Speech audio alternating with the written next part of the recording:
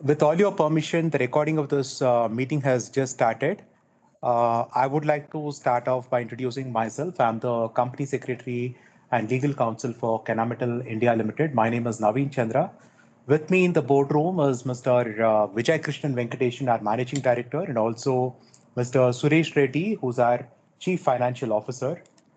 Virtually present are the investors, Priya Ranjan from HDFC, uh, Yash Vardhan from Kamlesha office, and Ms. Veena Patel representing Sekarsia family account. So I would, before I hand over the floor to the investors, I would like to read out the disclaimer to this investor meeting. We will not be making any forward-looking statements on this call, and we would be restricting our talk to publicly available information only. Nothing stated during the call should be inferred or construed as a forward-looking or outlook statement from the company. All details and data being talked will be strictly historical and market estimates based on publicly available reports. Any statements made during this call, if construed as a forward-looking statement, might involve risks and uncertainties, and the participants in this meeting are cautioned not to place undue reliance on these statements that speak only as of their dates. With that, I hand it over to the investors to pose any questions, and the management is happy to answer them.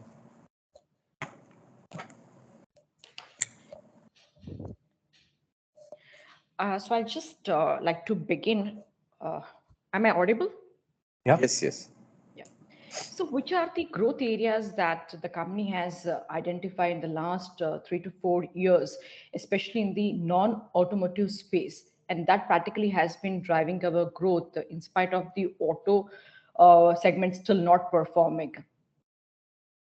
Hi, Veena. So I'll cover broadly because a similar question might come from the other two investors too. So when you're looking at the industry, right, and looking at growth, now one cannot say that there is no growth in automotive, right? While at an aggregate level, automotive industry could be soft or went through a dip and it's coming back. Our focus has been one, driving productivity solutions. I'm first addressing one of the parts of your question, which is automotive. Now we continue to drive productivity solutions at our customers. Hence, there could be growth opportunities there. And similarly, there are a lot of new products which Kennametal launches through the year. Now we talked about 3 to 4 years. So the new products which come and if the customers finds that useful to them, that's an added business, right? So that's just talking about automotive. But beyond automotive, when we look at, I'm going to answer this much more broadly at Kennametal India level.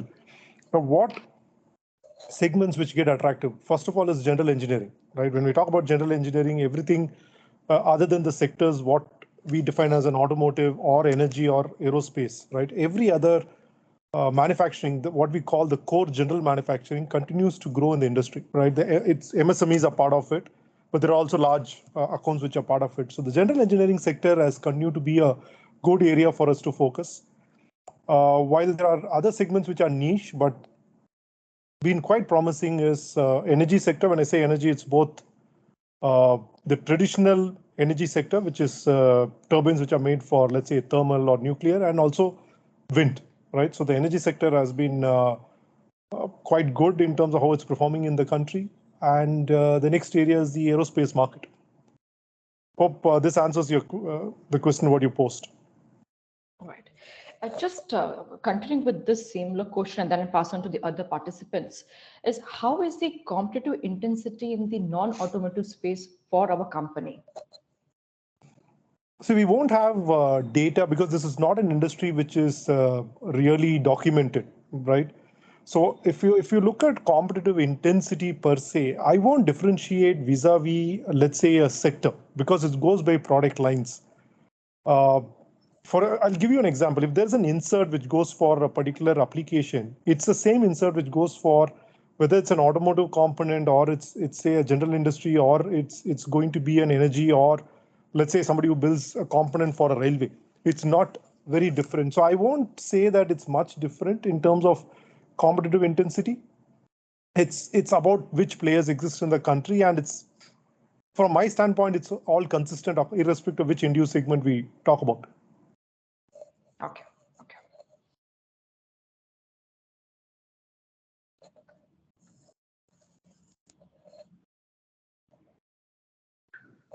Uh, so I also had a question on the machine tools. So currently, I think we are doing around 60 crores of machine tools, and most of that is probably exports.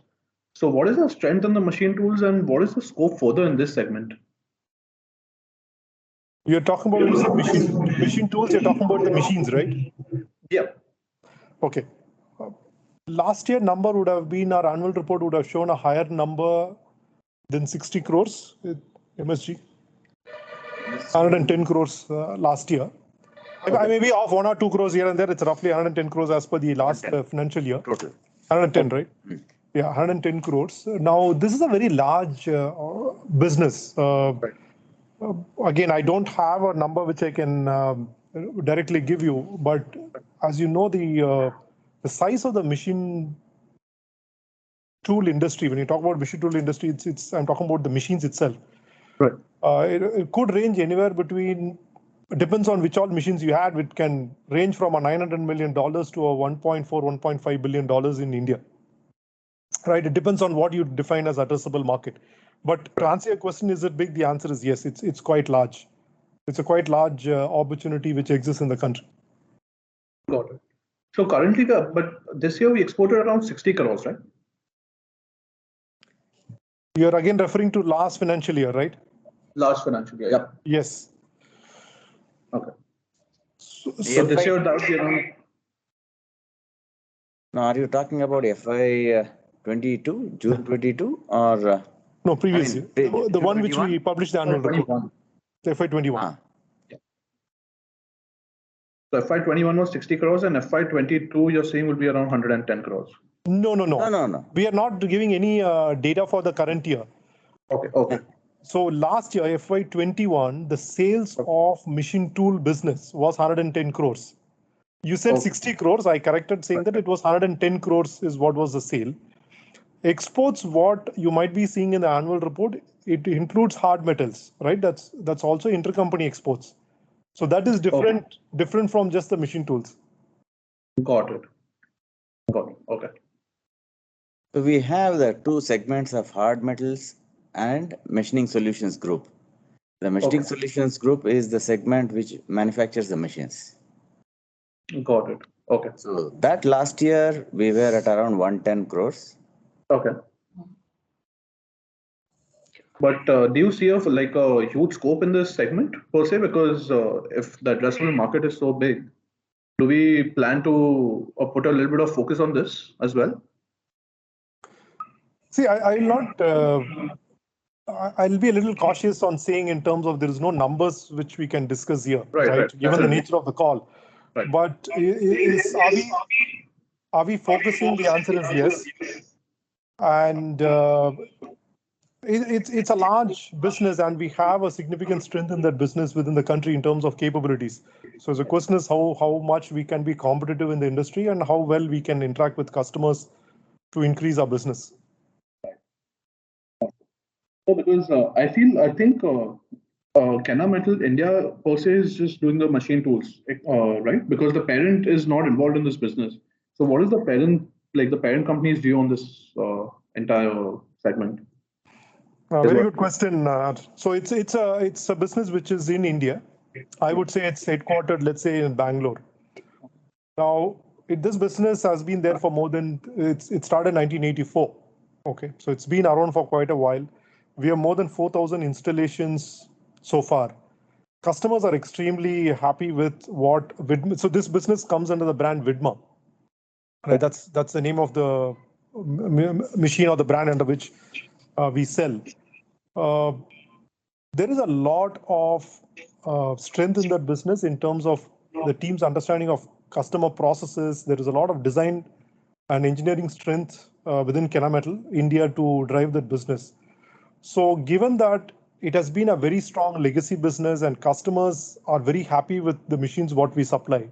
So the view what corporate has is to continue to grow the business. Okay.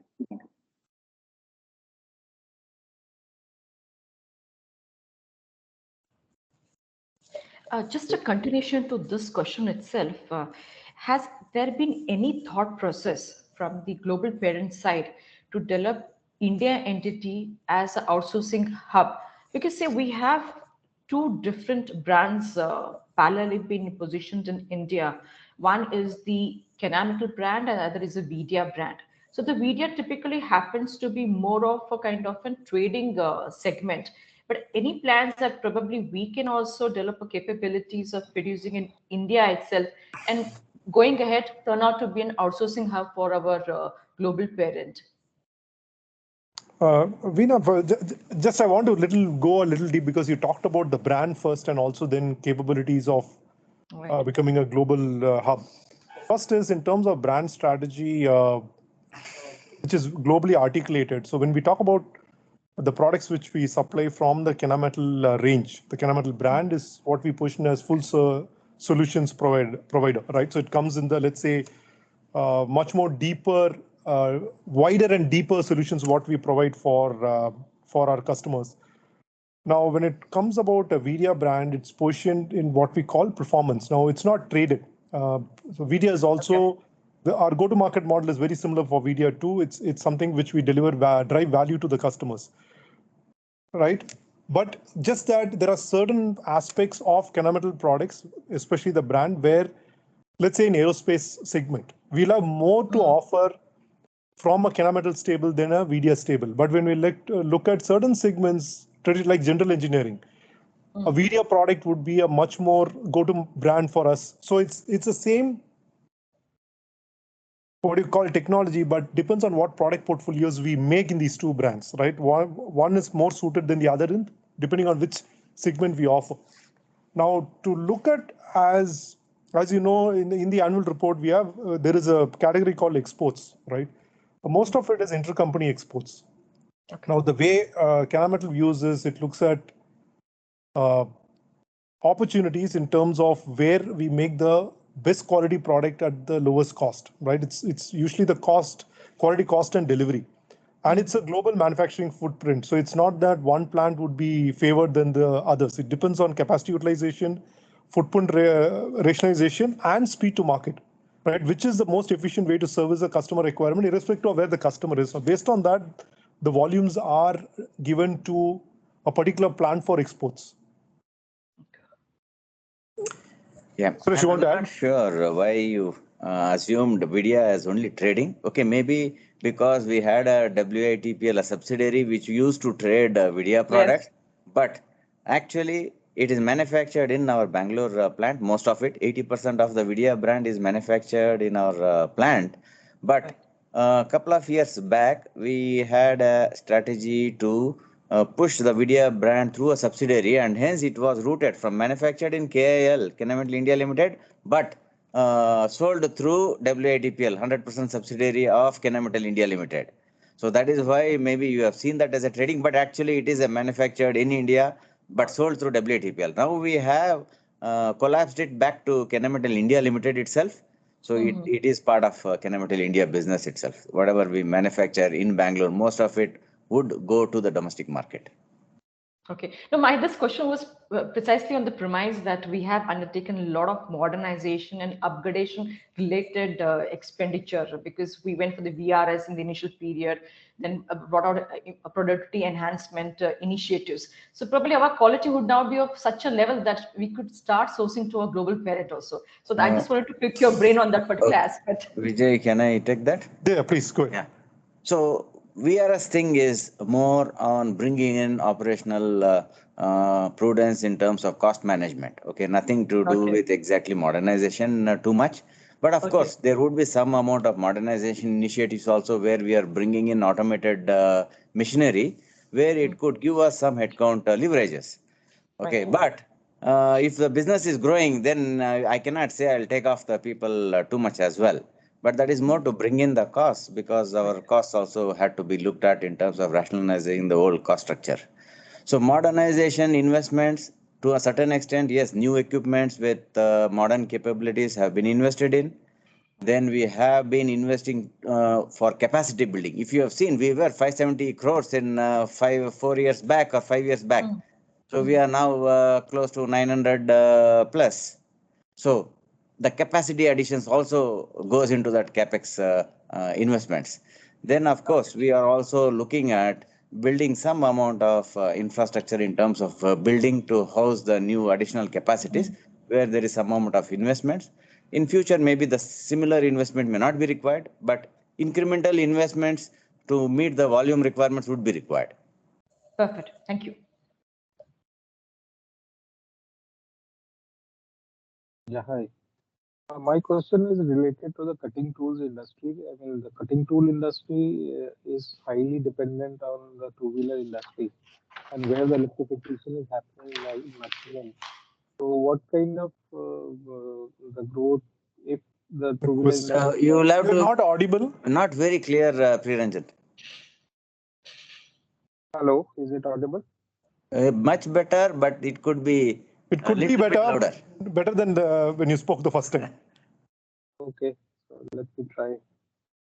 Uh, my understanding of the cutting tool industry is more from say from two-wheeler angle. So two-wheeler is actually highly high consumable industry for your kind of business. So if the electrification trends picks up in the two-wheeler industry, which is what is going around in the market, and the government focus is also complete electrification in said 5 to 10 years period.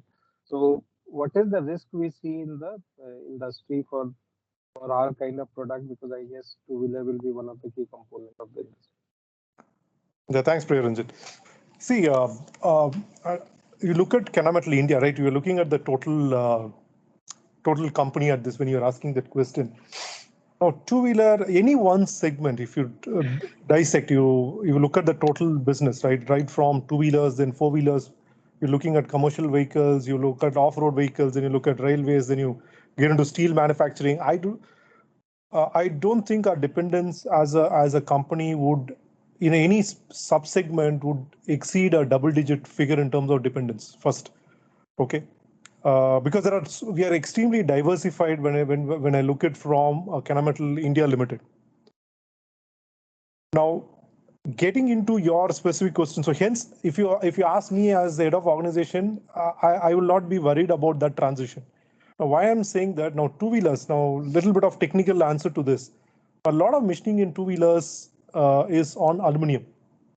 It's a lighter components, and aluminum is a very different kind of requirements when it comes to machining. Now, just imagine the same with a cast iron and a steel. When you're making trucks and buses, the volume is much higher. Hence, the consumption of tools, I just want to correct, for two-wheeler industry may not be as large as some of the other industries. Okay. Well, yes, when you look at sheer numbers of two-wheelers being made, it's very high. But in terms of consumption, for us, it may not be the largest. Understood. And so typically in this cutting tool and machine tools business, I mean, so if I'm not wrong, so in any aluminum cases, when aluminum cutting, etc., typically one tool requires for a week or say, 10, I mean, maximum 3 days to a week. So the consumable nature of this business is make it highly dependent on the capacity utilization of those individual customers, right? If I'm not wrong. No, Priyaraj, I only caught some of your question because you're not audible. Now, please understand, it is when you're talking about specifically two-wheelers. So two-wheelers, it depends on you look at how the automotive industry works. You have an automotive OEM, you have a tier 1, tier 2, tier 3 supplier. It depends on component industry. So it's a large industry. It's not one customer, right? If you talk about two-wheeler industry, it could be 500 customers because it's just not the automotive OEMs. The OEMs are not the major customers, always the component makers. One, and two is that I said that we are highly diversified as a company, both in terms of end-use subsegments, right? When we club automotive, we're clubbing auto components, we are clubbing everything together. But you break it down, we don't have any over dependence on any one industry more than the best case would be high single digits in any one subsegment, right? And Secondly, we also, if you notice our own approach, this turnover. See, I'm answering something without listening to your full question. So if I'm not able to answer your question, you might have to repeat because you're not audible very clearly to us. No, right? So my answer to that is I'm not that looking at two-wheel as will it have an impact? My answer is maybe there is a marginal impact, but not something which will be material enough for us to worry. Understood. And in terms of, say, you have mentioned about $1.5 billion of industry size, and still our top line is still very, very small compared to that. Or even if I look at Sandvik or Ipcar, etc., also their top line is, is not so huge. Uh, where is the maximum industry lying? Is it, say, the unorganized segment, which is getting the maximum benefit or maximum business from the $1.5 billion industry? No, Priyaranjan, you might have missed it. The answer was towards the machine business. We were not talking about cutting tool business. Cutting tool business size, while it's not documented, hence I'm not at liberty to tell you the size of the business, it's not that large. The answer which I gave, again, it's not 1.5 billion. I said the machines which India consumes is anywhere between $800 million to 1.5 billion, given which year we are in. We are talking about capital equipment. This is not the cutting tools. Cutting tool market size would be much smaller than that.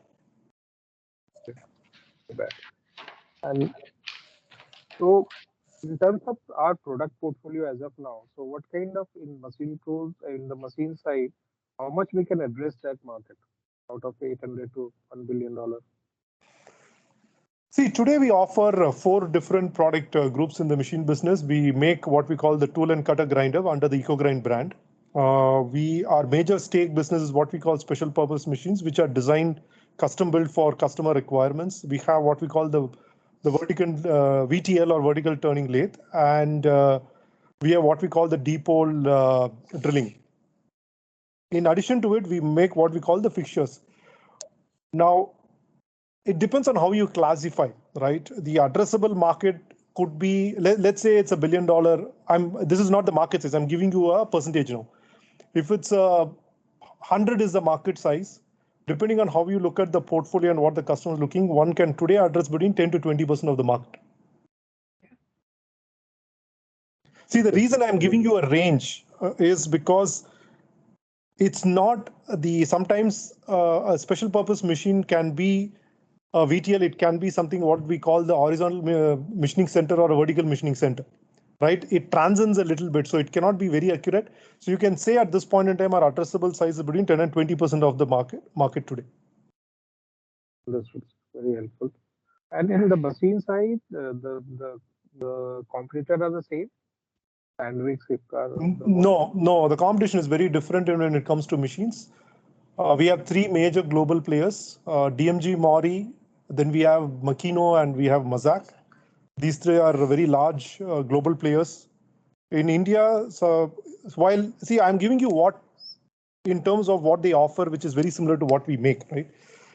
Then in most of the other categories, we have, let's say, BFW, which is an Indian machine builder, Bharat Fritz Werner.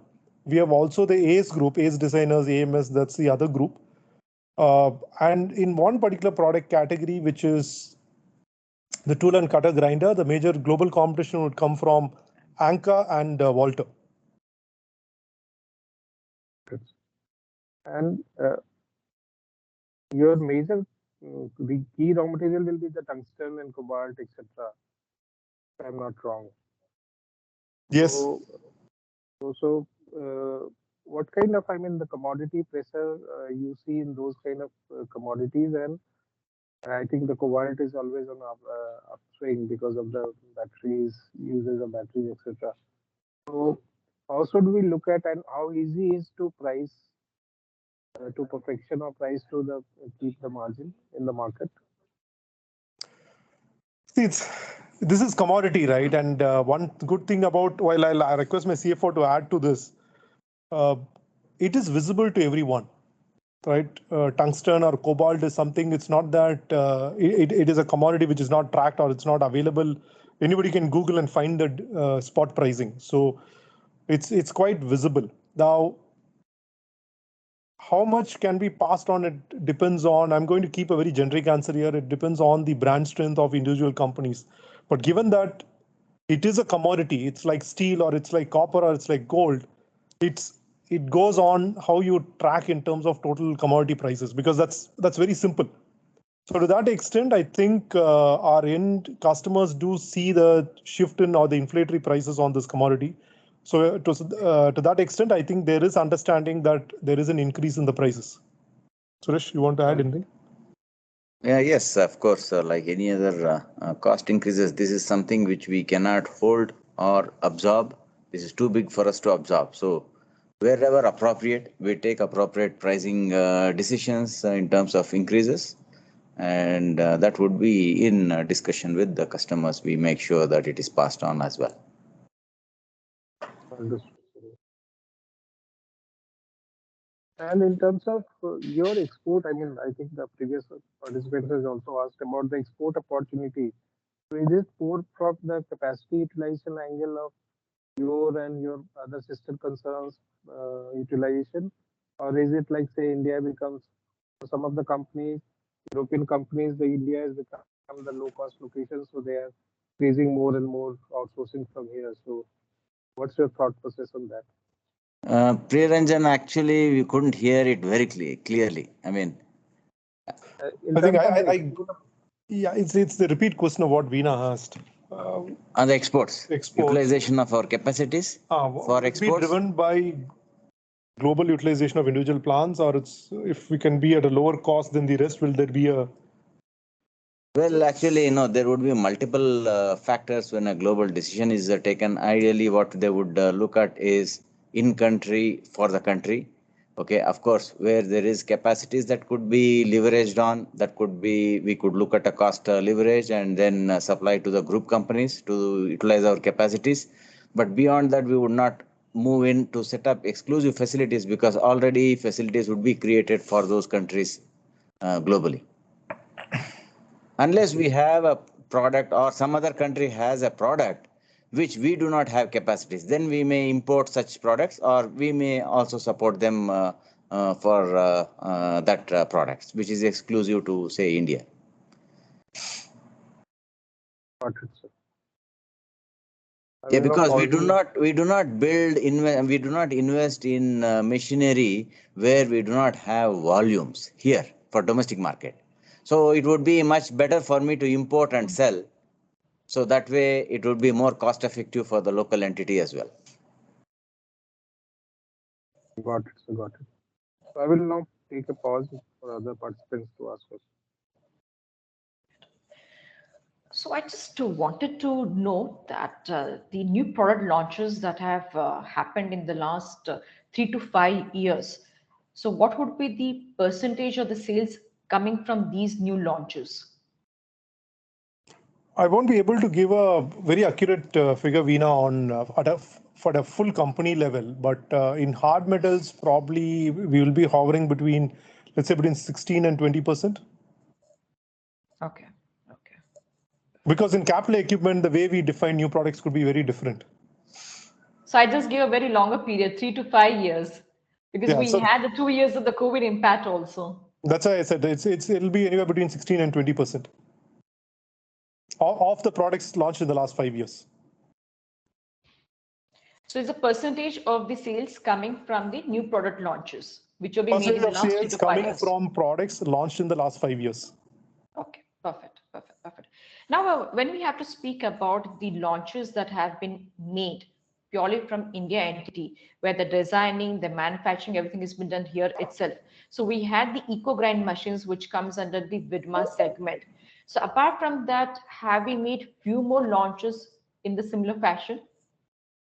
So if you look at our social media posts, recently we announced something called hob grind, which goes for regrinding of hobs, the gearing hobs, right? And that came from the MSG platform. It's a new product launch what we introduced under the brand name of hob grind. Now we do products which are designed out of India and it's launched. out into the market. So yes, the answer is yes. Okay, and probably the pipeline still remains very strong of the products that would be designed and manufactured from India. Yeah, I'm not going to make a forward-looking statement, but I think we are adequately covered. Okay, that at least answers my question. So now the next question is like, which are the areas that you have identified after taking the leadership position? Because I believe you have completed more than like 15 months taking the leadership role over here, by which you can make the company grow more than the industry growth in India. I'm just repeating once again, which are the areas that you have identified by which the company will be in a position to grow faster than the industry? Which are those areas? I want to listen from you. Okay, so you're asking a very strategic question. So the way, and by the way, I think I spent more than 15 months. I think I finished 21 months, I think, in my current role. So the way we are looking at is, see, when I came in, the timing was, I joined when the wave one was running. So it's an interesting period to come in. So the focus was, we knew that the markets won't grow, or rather the markets are going to shrink. So our focus has been in three directions. One is, how do we add sales from new products, right? So second one is, add sales from new customers who are non-existent to us. Three is, grow sales from geographies which we are not present. When I say geographies, or it could be segments, market segments, both. Now, geographies applies to only one business for us, which is the machine business, because since we are headquartered out of here, we are looking at going beyond India in that business. So those are the three which we put as, okay, what is the additional revenue we get from new products? That means it's share gain. New customers, again, share gain. New geographies is again share gain. So our drive has been that. Now, this is more from, let's say, a business perspective. But in addition to that, as part of the global drive, we were also looking at cultural transformation of the organization, right? So there has been, and it's something which is publicly placed globally. So that's something, and also talent development becomes extremely critical. If you want to drive this kind of changes in the organization, the talent depth width is extremely important when we are trying to grow in a markets which are not growing. So those are the five I would put, but primarily is new products, new customers, and new geographies. That has been the drive. Okay. Any specific area that you think that still we need to work on?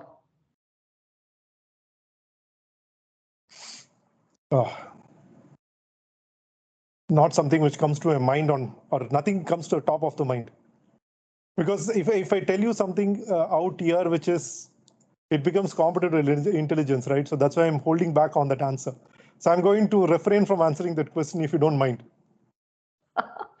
Okay, okay. No, because see, whatever had to be done, or as far as the business restructuring was concerned, because I've been tracking a company for a very long time. So we initiated with the BRS schemes, wherein the extra labor force was being moved out. Then we inducted a lot of new age machinery, wherein the labor productivity was supposed to be improved and the requirement of the labor would be on the lower side. Then the new product launches came in, and thereby then we moved on for the various distribution channels engagement. So these were the things that have been happening, and they probably have started looking into the numbers also. Now, going ahead to drive the growth, what are the areas or what are things that you really want to have to do now? Yeah, like what I answered earlier too, right? What we are doing is, our major growth will have to come from new products and new customers, right? When I say new customers, it's a large market, whichever product lines you take. There's enough space for everyone in the industry to play. But what differentiates it, the companies which can offer the right productivity solutions to the customers, because today customers are more looking at cost per component. It's not price. It's the cost per component, right? And companies which have good technology products, higher quality products, are able to drive the cost per component. And I'm not answering just for this from a Kennametal side. Any good player in the industry, if they can offer the right quality and reliability on the product and supply, timely supply, would be the ask what the customers are looking for, because price per se may not be the translation. It's always the total incurred cost for a customer. So the cost, you could have the highest price product, but if the customer's end-to-end cost is lower in terms of their total consumption of a tooling solution for the year, then that brand as an upper hand, right? Customers are more and more looking at productivity than, again, in any market, there is customers who look purely at technology, purely at productivity, and there will always be customers who want the lowest price. But markets where Kennametal plays, I think most customers are looking at productivity and cost per component. So it's good for us, given we are a technology player. Right. So, like, what are the efforts that have been put by the company as far as the localization has been concerned? Because always we have highlighted this as one of our agendas in the past also. So, how far the progress has been made on this particular front? So when it comes to localization, several things drive the localization, right? One is what's the way. So the way we look at, first of all, I will come to localization a little later. What we look at is what is the best way to service a customer requirement in terms of product performance first. Second is consistency of quality, then cost to the customer, and delivery, which is speed to the market. Now, if you look at these four parameters, if let's say today there's a product which we make only in one plant in the world and there is one single customer in the country, and the best way to service the customer requirement is to import, because our objective is to service the customer requirement. But let's say there are 100 customers who want the same requirement. What is more or what is better way to do it? So is there a localization, and having inventory out here helps the customer to reduce lead time of sourcing, look at inventories so that they have confidence that we can turn around and supply. So the business case is what drives localization, right? And India is a growing market. It continues to grow in spite of pandemic, in spite of EVs. The market is a growing market. Manufacturing sector continues to grow. So as we see the local demand keep depending on product line, so it's a very dynamic exercise, right? We cannot say that what we will localize 3 years from now. What we could have thought something would be 5 years could happen 6 months from now, because it's based on customer requirements. So we keep a very constant vigil, and there is a well-established process on localization, which we do it on a, let's say the reviews are done on a quarterly basis. So it's something which is a pipeline. Okay. And how far have we tweaked our raw material sourcing policy? Because we have the critical raw materials been entirely imported. So what really Mr. Suresh has worked on? Because we have seen the significant improvements happening on the gross margin front. Well, so I cannot do much about the mines because mines are wherever it is. I cannot move them to India. Okay. But you have of definitely course, tweaked your sourcing strategy. no, like I said, I think we answered this some time back. Wherever it cannot be held on by us, I cannot absorb the cost of raw materials to a large extent. Okay. So I have to pass it on to my customer. So we take appropriate price increases to make sure at least we are offsetting the raw material increases. Of course, wherever we can bring in productivity improvements, those at least we can share with our customers so that their burden is lowered. But that is something which is a work in process constantly. So we need to keep working constantly with both our customers end as well as our vendors. But very little we can do to change the source because it is all natural. It is all dependent on the location where it is available. So and No, I today only completely right. few countries have that. No, I completely agree to that point on the pricing front, because the cost rise that we had seen in the raw material prices, you're trying to pass on through to your customers. I was been trying to refer to the fact of the supply chain disruptions that we have seen of late. So how we have been managing with regard to availability of those raw materials for our So again, this is manufacturing. again global sourcing also Okay. helps here. Okay, it is not that we are dependent on one single source. So we do have some mitigation plans.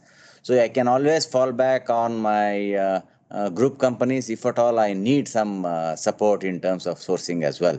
So if I don't get in through our regular source, we can always depend through alternate sources where the global would have already sourced. Okay, perfect. So if you could just touch base on the fact that the utilization levels have been significantly decent, and the amount of capex that you have done recently would be sufficient to manage the growth for the next 2 to 3 years. The major chunk of capex has already been done. Okay, so we have seen a higher capex in the last couple of years. That is actually during the modernization phase. Globally, it has happened, and including in India, we have done that capitalization. So from now on, we can expect more of incremental capexes to build in capacities where I need a capacity investment. But the quantum of the capex could be on the lower side. Yes.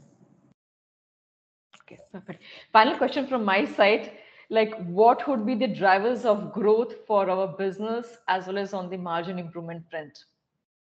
Because you have answered to a major extent, but still I want some more insights on what are going to be the growth drivers for a company.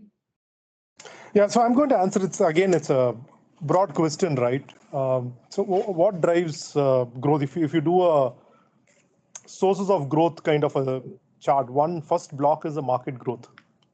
Okay.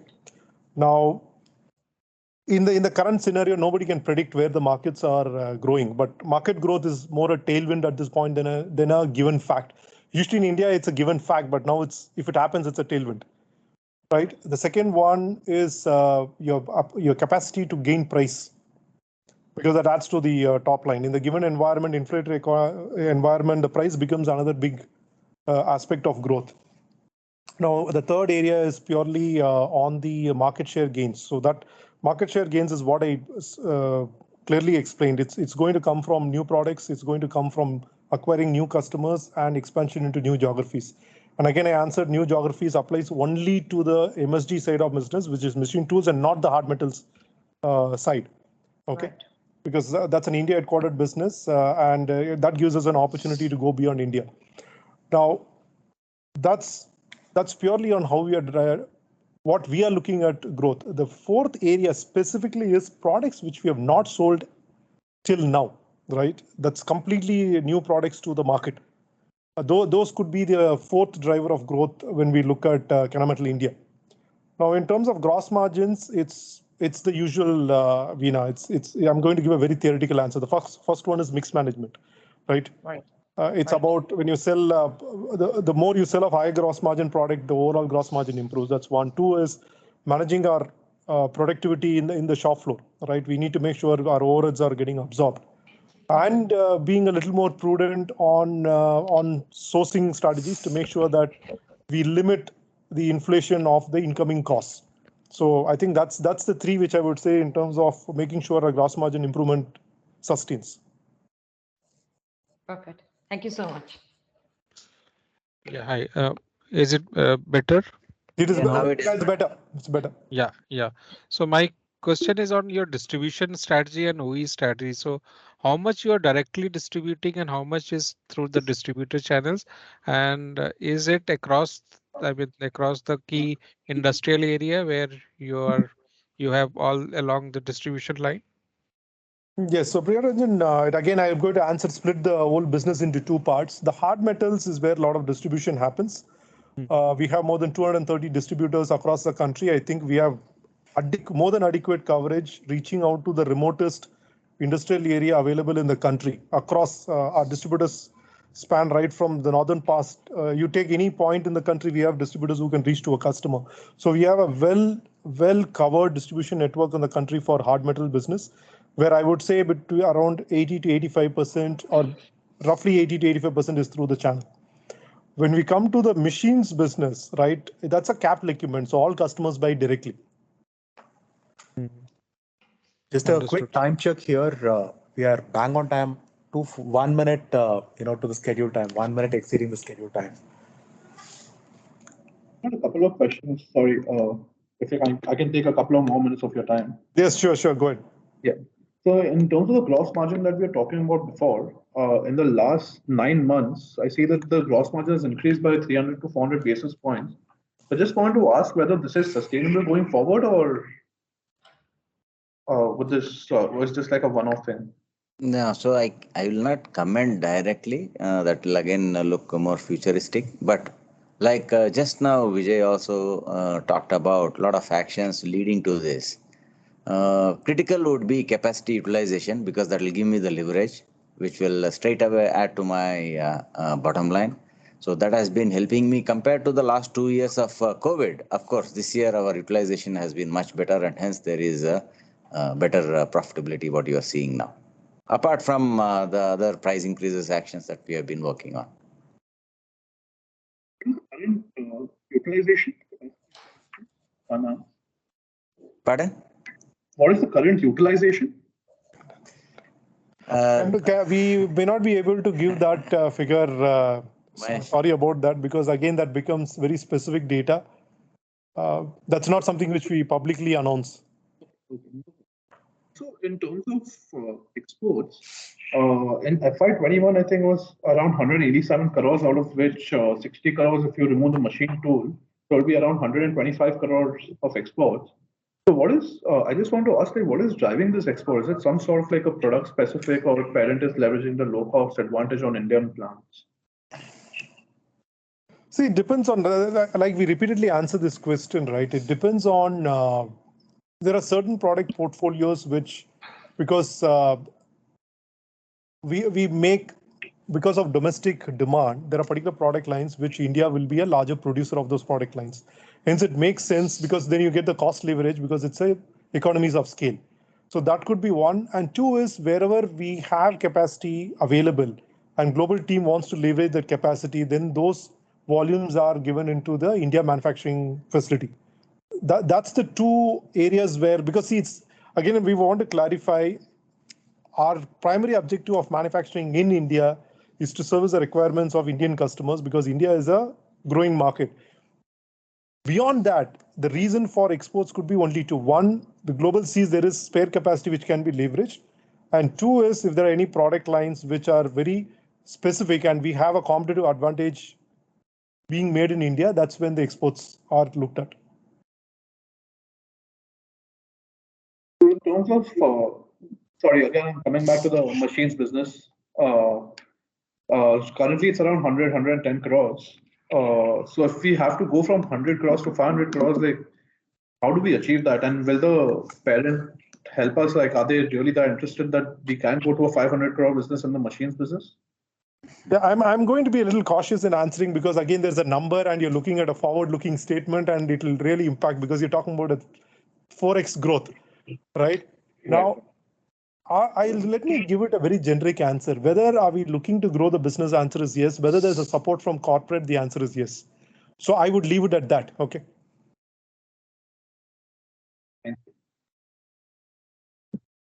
Okay, I think we are out.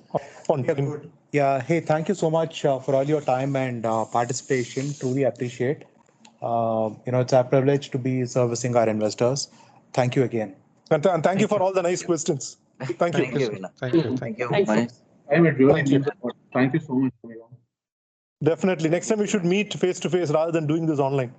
Yes, definitely. Sure. Thank you so much. It was a pleasure. Thank you. Thank you. Thank you.